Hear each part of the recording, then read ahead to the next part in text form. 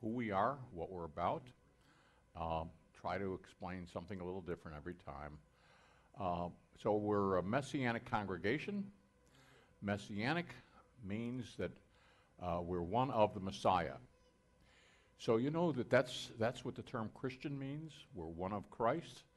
But Christ has a very, to a Jewish person, it's a harsh sound, Christ. So a little more inviting is to say Messiah instead of Christ, and that's where we come up with the term Messianic. It means exactly the same thing as Christian. We're one of the Messiah. We're one of his flock. So we're Jews and Gentiles that worship together because we are of the same belief.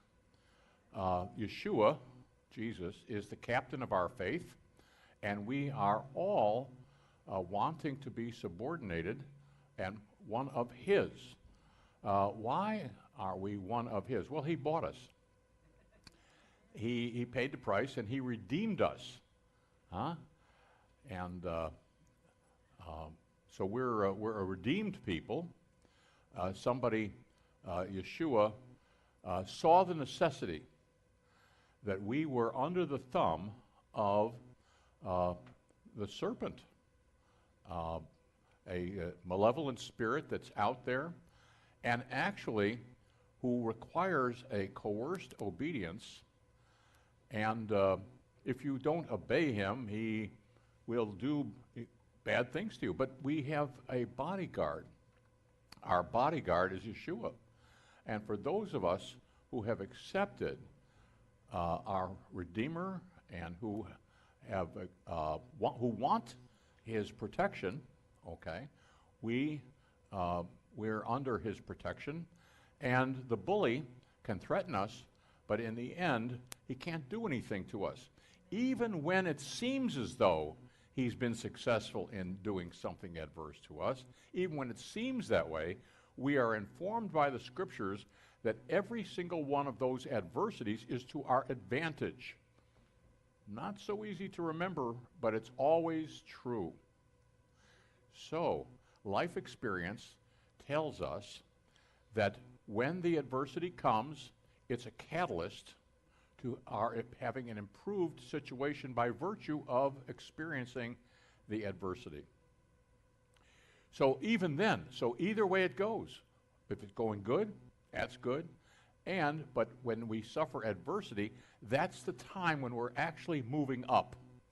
Now, it doesn't seem that way. It doesn't seem like we're moving up, that we're gaining ground, that we're going to wind up in a better situation by virtue of the adversity. And so there's a bit of a delusion that happens because the enemy wants us to be discouraged, wants us to feel like it's not working. Why, God, are you leaving me in this dreadful situation? Why don't they like me? Why is this happening? Why am I suffering so? And we don't know at the time, and the enemy would like us to feel discouraged and trying to undo our belief that all things work together for good for those who love the Lord and are called according to his purpose. So we've got two things going on.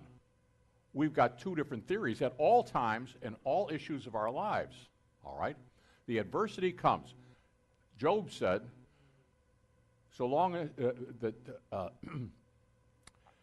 so long as the sparks fly upward, that's all the time. To be born into this life is to have problems. It goes with it. There's no such thing as being in this life without having problems. Our lives are about problems. Now, there's two different things.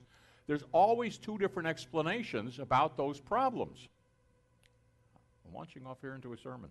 There's always two explanations.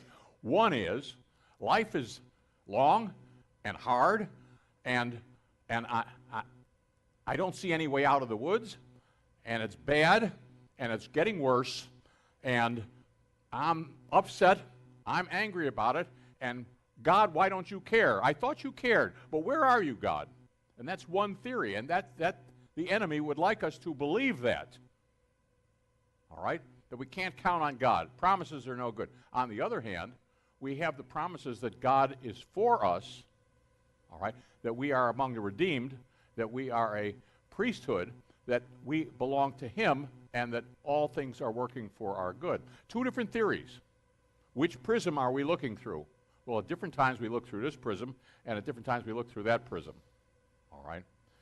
So, what we have to do is train ourselves, okay, to correct ourselves and say, well, I'm going to choose not to look through that negative prism. And when we're able to have the presence of mind to look through the positive prism, regardless of the circumstances, then we have won. And we have given the devil a good kick in the teeth. And that's when we do real spiritual damage. I don't know, by teaching a Bible study or even giving a sermon, all right, that's good. I mean, we hope that edifies and builds us up. But if we really want to do damage to the enemy, we'll give him a good kick in the teeth. And the thing he hates the worst is for us to say, I don't believe you. It's always been a contest between God and the serpent, beginning in the garden, as to who are we going to believe. And when we say, I'm not going to believe you, I'm going to treat you as though you don't have any power. Oh, he hates that. And when we do that, and we inwardly come to that place, we're doing him real damage. Okay? It's a real put down.